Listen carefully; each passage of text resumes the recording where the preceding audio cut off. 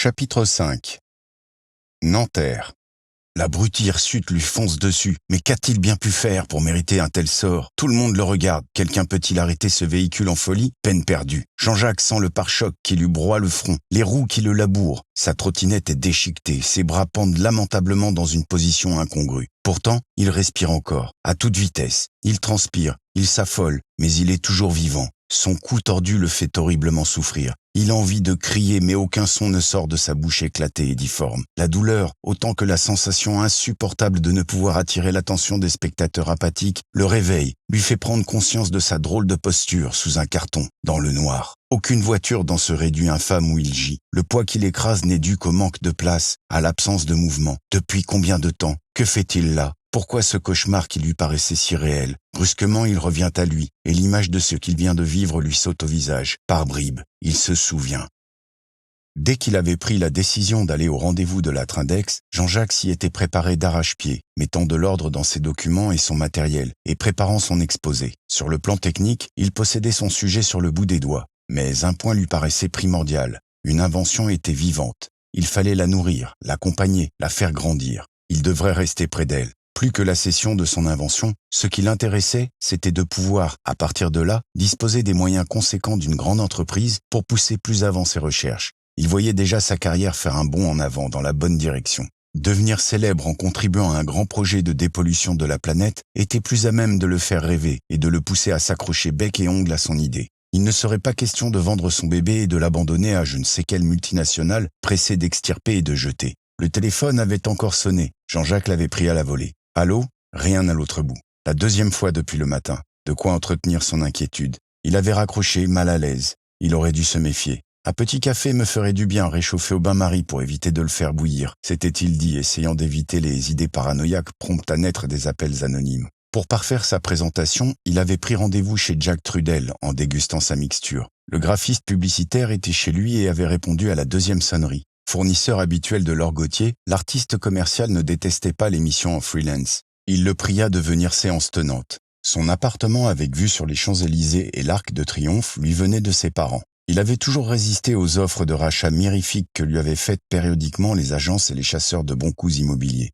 Dans sa spécialité très concurrentielle, on ne prêtait qu'aux riches. Une telle adresse valait son pesant d'or sur sa carte de visite, et après tout, il avait les moyens d'en payer les charges. Le stationnement était un peu galère, disait-il, mais la vue avait son charme. Il était modeste en plus, et les bruits de la rue ne parvenaient pas jusqu'à cette hauteur. Il passait également sous silence les exquises créatures qui déambulaient à longueur de journée sur le pas de sa porte, mannequins, touristes ou voisines aisées, et qui lui faisaient préférer son quartier à celui de Jean-Jacques. Ce dernier lui fit un exposé complet sur son invention et sur les motifs de sa visite. « Voilà tout le dossier, dit-il pour conclure. Peux-tu m'aider à le présenter ? » « Tu as fait un travail technique hors pair, dit Jack. Il faut maintenant que j'organise la présentation autour d'un axe à la fois plus promotionnel et qui mette en exergue les possibilités de développement futur, tout en insistant sur le caractère volatile de l'avancée technique et sur la nécessité de conserver son avance en faisant progresser son invention. J'ai une idée assez claire de ce que je peux faire. Et le côté écologique, des pollutions de la planète, demanda Jean-Jacques. Soyons pragmatiques, Jean-Jacques, et honnêtes avec nous-mêmes. Ce qui intéressera tes futurs employeurs, c'est la capacité de profit qu'aura ton invention et ses améliorations futures. Le côté des pollutions ne les intéressera que dans la mesure où cela constitue un argument publicitaire de poids et facilitera éventuellement leur rapport avec les administrations et peut-être avec leurs propres syndicats, mais c'est pas sûr. Ce que tu peux être cynique, mon pauvre Jack, mais je crois que tu as raison. Parle-en quand même de la dépollution de la planète pour me faire plaisir. Bien sûr, je ne vais pas oublier un argument de cette force dans ta présentation. Combien de temps te faudra-t-il pour m'arranger tout ça? Si c'est urgent, donne-moi jusqu'au week-end prochain. Revoyons-nous lundi matin vers 9h, ce sera prêt. Merci Jack. À lundi. Pense que c'est une carrière que je recherche. Il avait consacré le reste de la semaine à se mettre à jour de son travail régulier chez son employeur, conscient qu'il aurait à le quitter dans un avenir proche. À ce train-là, le lundi matin était arrivé sans encombre, et il fut émerveillé de constater ce que Jack avait fait de son exposé. Ils avaient passé encore quelques heures ensemble pour que celui-ci puisse faire voir plus en détail toute la force de sa présentation. Tout ce travail pour en arriver à cette cave minable, à l'attente insupportable. Qui s'acharne contre lui? Qu'a-t-il fait de mal? Les bureaux de Trindex, dans la tour AGP à la Défense, avaient laissé Jean-Jacques de glace, sans jeu de mots. Il était parti de son loft, bien décidé à ne se laisser impressionner par rien ni personne, regonflé qu'il était par la grande qualité de la présentation préparée par Jack et transcendé par le dernier essai qu'il avait fait de sa machine. Il ne se lassait jamais de voir cet appareil fonctionner sans faille, lui qui était si habitué aux essais et aux erreurs qu'il avait essuyées avant d'atteindre la perfection. Il tenait entre ses mains l'avenir du monde en matière de dépollution. C'est tout ce qu'il voyait pour le temps présent. Et il ne s'en laisserait pas compter à moins d'obtenir ce qu'il désirait. Il fut reçu par Trindini lui-même, accompagné des habituels experts. Monsieur Vallée, notre attention a été attirée par les récents dépôts de brevets que vous savez. Je vous remercie de vous être déplacé pour nous en parler. Mais avant de vous passer la parole, j'ai tenu à ce que Monsieur Berthelot, ici présent, vous explique plus en détail qui nous sommes et quels sont nos objectifs. La présentation de ce dernier permit à Vallée de se rassurer quelque peu sur la qualité et le sérieux de la société dont il avait les principaux représentants en face de lui. Ses craintes se dissipèrent. Ragaillardi, il installa son matériel de projection et se lança dans sa propre présentation avec un brio décuplé par les bonnes nouvelles qu'il venait d'entendre. Il fut certain que ses interlocuteurs appréciaient sa vision du sujet. Toutefois, les commentaires qu'ils firent ne couvraient que sa partie purement technique. Lorsqu'ils en vinrent à dévoiler les termes du contrat envisagé entre eux, Jean-Jacques était encore dans l'expectative. Leur opinion sur ce qu'il considérait comme le plus important pour son avenir, plus même que la somme d'argent en jeu, ne transparaissait pas clairement. La somme, elle, lui paraissait à première vue impressionnante. Quelque peu troublé par tous ces gens autour de lui alors qu'en surface tout semblait avoir été pour le mieux, il ressentait en lui-même une certaine déception. « Il va falloir, bien entendu, que je fasse étudier les termes de votre contrat par mon avocat, proposa Jean-Jacques pour gagner du temps. Je comprends bien. Je vais vous en faire donner plusieurs copies, lui répondit Trindini sans hésiter. Ce qui me tient à cœur, monsieur le président, dit Jean-Jacques pour conclure, c'est le devenir de mon invention. Je sais qu'elle représente un pas en avant extrêmement important vers l'utilisation de cette énergie, mais il reste beaucoup à faire, et il est honnête de dire que ce procédé va encore avoir besoin de moi. D'où l'importance du volet contrat de travail sur 5 ans, que vous n'avez pas encore commenté. Je le conçois très bien, mon cher monsieur Vallée. Nul doute que ce volet sera également étudié avec le plus grand soin le moment venu. Tout se passait en apparence du mieux possible, pensait Trindini. Sauf que ce contrat de travail ne pouvait pas faire l'affaire de son client, pour autant qu'il l'ait compris. Il éluda donc le sujet et maintint sa proposition sur la base d'un achat de la totalité des brevets, moyennant une somme en apparence très intéressante. Ne ménageant pas ses compliments, il rappela que la spécialité de sa société était de développer les meilleures inventions au meilleur moment. Sûr de son effet, se basant à tort sur la partie visible de son interlocuteur, son genre positivement chaussette fluo, le PDG termina aimablement le rendez-vous, confiant en l'issue de cette affaire. Nul doute qu'une semaine de réflexion suffirait pour que Vallée craque et accepte l'offre généreuse de Trindex. Discrètement triomphant, il rendit compte des bonnes dispositions de l'ingénieur et, en bon PDG, passa au sujet suivant. De retour dans son loft, Jean-Jacques était perplexe. Perplexe parce que la somme qui lui était proposée était à première vue énorme. Ce n'était plus un loft qu'il pouvait s'acheter, c'était une usine, désaffectée, entière. Il pouvait monter sa propre société, évoluer, prendre une année sabbatique, parfaire ses études aux États-Unis s'il le désirait. Perplexe parce que, au fond de lui-même, cette somme énorme ne lui faisait aucun effet, passé les 20 premières secondes d'émerveillement. Elle le choquait même, tant et si bien que plus il y pensait, plus il devenait enragé. Comment lui prendre son invention, même contre ce montant indécent, et ne pas lui permettre de rester à son chevet pour la voir vivre et se développer, l'améliorer, la soigner? Son bébé! Il ne pourrait jamais s'y résoudre. Autre chose aussi le rendait grincheux. Il avait acquis à plusieurs reprises, au cours de l'entretien, la quasi-certitude que son invention ne serait pas développée dans l'immédiat, qu'elle le serait peut-être au meilleur moment, Dieu seul sait quand. Non, il ne sentait pas ce Trindini, et ses airs suffisants cela puait l'enterrement de première classe. Trindex ne pouvait assurer l'avenir de cette nouvelle énergie, et s'ils achetaient pour revendre en l'état, en lui coupant toute possibilité de communiquer avec le vrai développeur, cela ne valait pas mieux. Il s'énervait tellement qu'il décida sur le champ de le dire clairement à Trindini. Il lui pondit une lettre de plusieurs pages où il s'épancha poliment mais fermement de la rage que lui avait provoqué l'offre de Trindex. Pour finir, il précisa son refus définitif et sans appel, ne laissant aucune place pour le moindre espoir de négociation. Cette prise de position tranchée le rasséréna. Peter le lui avait bien dit. Qu'est-ce qu'il risquait à refuser la proposition si elle ne lui plaisait pas? Au moins a-t-il pu régler ce problème avant. Dans l'état où il est, jamais un futur employeur ne le prendrait au sérieux. Des frissons involontaires le parcourent sporadiquement. Le dernier épisode connu de sa vie qui n'a tenu qu'à un fil, repasse, au ralenti. Il s'en souvient très bien maintenant. Souffreteux, allongé tant bien que mal dans sa planque de fortune, à peu près 18h30 qu'il était, c'est ça.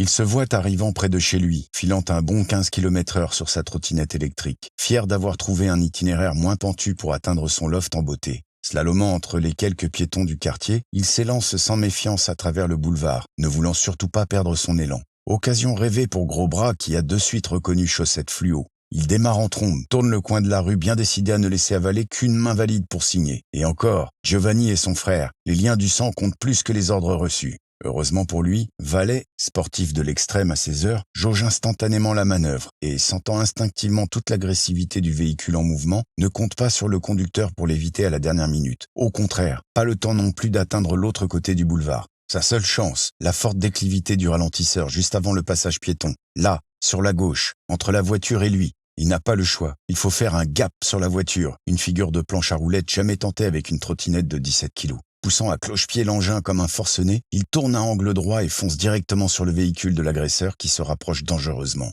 Gros Bras n'y comprend rien et assure sa trajectoire pour fracasser l'imprudent d'un bon coup de pare-choc. À la seconde près, Jean-Jacques aborde de biais à pleine vitesse le ralentisseur, agrippé au guidon, légèrement accroupi sur sa planche. « Mercure, prête-moi tes ailes !» ne peut-il s'empêcher de prier. Sentant sous ses pieds la pente du Dodane, il accompagne dans un élan démentiel l'ascension de sa patinette en se redressant de toutes ses forces. « On saute !» crie-t-il, très concentré sur son objectif. Comme s'il s'agissait d'un de ces concours de skateboard, il se retrouve à rouler sur le capot, grimper le pare-brise, prendre son élan sur la toiture et se termine dans un de ces vols planés de surfeurs chevronnés. L'atterrissage, lui, n'est pas trop du goût de sa planche. Misère! Il arrive sur la roue arrière, 2 secondes après, la roue avant touche le sol à son tour, mais 4 secondes plus tard, c'est lui qui mord la poussière, roule 2 fois sur lui-même et n'écoutant que son courage, abandonne son cher véhicule. Les jambes à son cou, la gomme de ses baskets chauffée à blanc, il trace vers la petite impasse à l'arrière du loft où il disparaît comme par enchantement. Sa tanière a une issue vers ses sous-sols, plus ou moins un ancien tunnel de livraison du charbon. C'est par là qu'il va rejoindre la sécurité de son home, qu'il a si souvent protégé des filles. Il pourra reprendre son souffle et essayer de comprendre ce qui lui arrive. L'image du rictus mauvais du chauffard ne peut s'estomper de sa mémoire. Le hasard n'est pour rien dans cette affaire. Il se secoue, bouscule quelques cartons, parvient à la porte discrètement blindée de son sous-sol et s'introduit subrepticement chez lui. Et là, le choc de sa vie. Croyant atteindre son havre de paix, Jean-Jacques arrive dans l'antichambre d'une boucherie. Plus un meuble vaillant, son miroir, ses murs sont tagués au sang. Quelle angoisse! « Paye ou crève, connard !» lit-il complètement ahuri. 1 million ou 6 litres de ton sang. Nouveau ou ancien, des francs ou des euros. Et les litres, se dit-il pour se redonner confiance. Le piège espiègle qu'il avait combiné avec l'ancien rideau roulant semble avoir fonctionné. Il y a du sang dessus aussi. Il a dû coincer un de ces rats qui tentait d'entrer. « Tu as niqué la tête de mon frère, tu vas payer !» Orthographe approximative, mais message clair. Jean-Jacques est complètement à la masse. Il doit réfléchir, comprendre. Rien n'a été volé. Il n'a jamais voulu de mal à personne.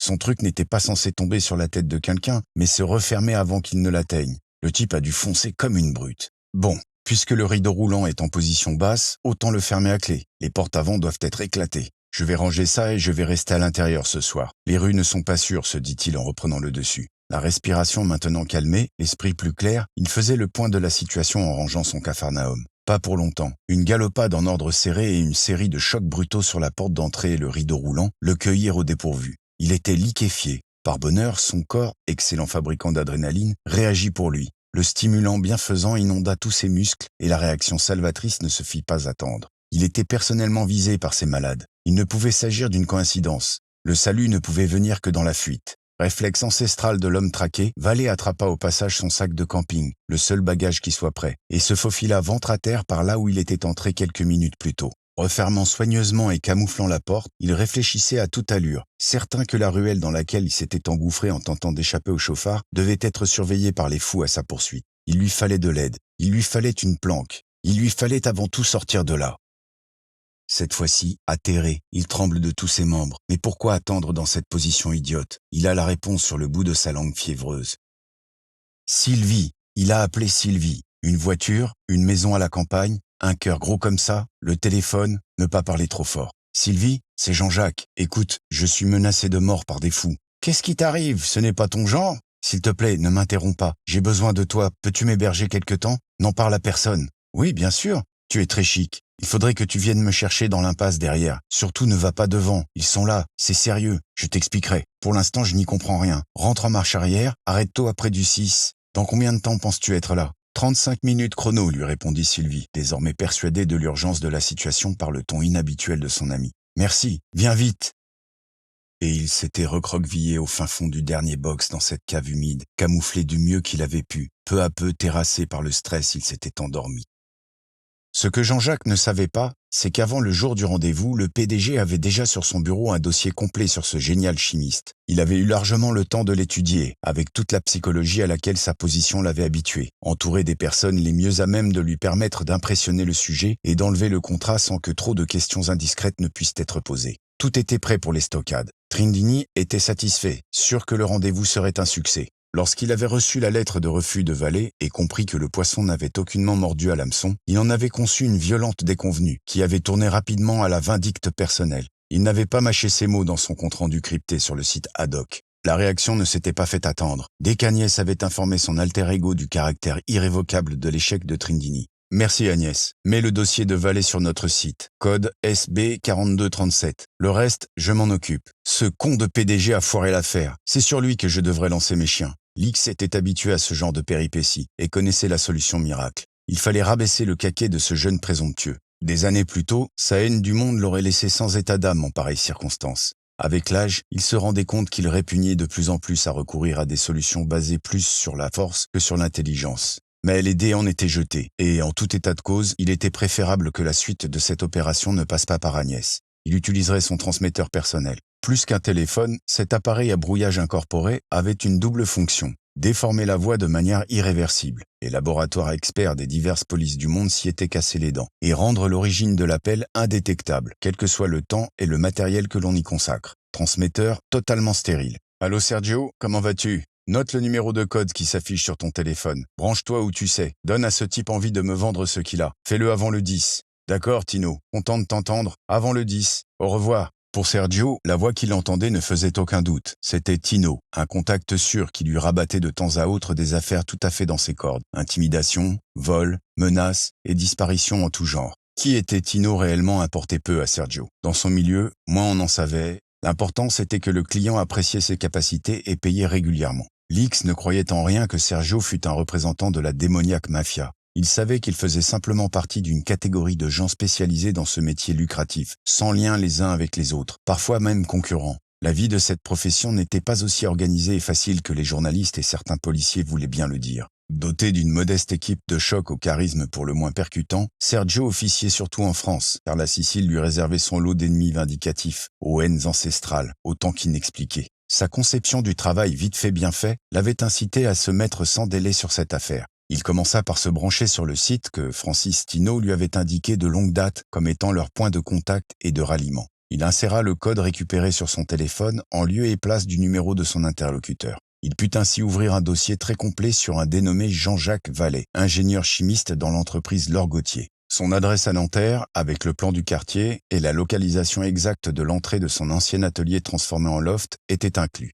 L'objectif était précis, déstabiliser cet Olibrius, voir s'il avait des habitudes du genre jeu, filles tarifées, lui créer des besoins d'argent d'une manière ou d'une autre. Pour faire plus court, Sergio estima que le mieux était encore une intervention directe. Réunissant sa fine équipe, il prit le chemin de Nanterre sans coup férir, ayant décidé que, pour commencer, une petite visite sur les lieux s'imposait. Redécorer l'espace vital de ce récalcitrant ne pourrait que lui faciliter la décision. Par mesure de précaution, il avait déposé Giovanni en faction pendant une demi-heure et avait patrouillé le secteur en voiture avec les autres. L'endroit était calme. Ce n'était pas le voisinage qui risquerait de poser problème. À la fois amusé et rassuré par l'apparence extérieure du loft, relativement isolé, il en fit donner l'assaut en l'absence de tout occupant. « Défonce, Giovanni !» ordonna-t-il, superbe dans son rôle de centurion. Son homme de main n'attendait que cette occasion pour donner toute la mesure de sa principale, sa seule capacité, la force physique. Mal lui en prit, car Chaussette Fluo, Vallée, n'était pas aussi nulard que la bande était prête à le penser. Adepte de la non-violence et de la protection mécanique pour contrer les velléités grandissantes de cambriolage dans le quartier, il avait conçu un système simple permettant de faire rabattre rapidement l'ancien rideau roulant de l'atelier au cas où les issues frontales seraient forcées.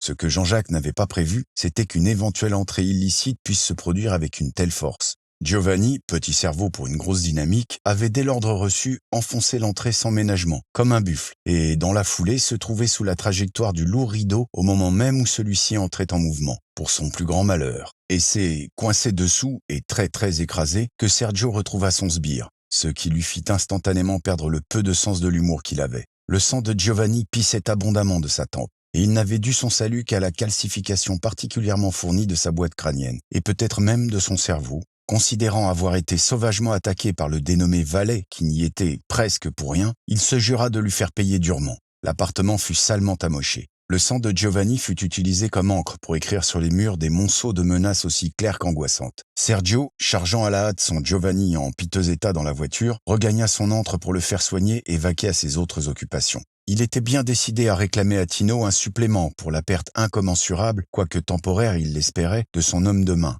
De s'être défoulé sur les murs du type lui avait un peu calmé les nerfs. De toute façon, cela cadrait parfaitement avec son entreprise de déstabilisation et de création de besoins. Ce sujet était plus malin qu'il l'aurait imaginé à première vue. Il faudrait qu'il y prête plus d'attention s'il ne voulait pas perdre ce contrat. Et qui sait, les suivants peut-être. Décidément, ce type l'énervait. Il avait en conséquence laissé un des gros bras en planque aux abords du loft, avec des instructions précises, à l'origine de sa réaction pour le moins osée au volant.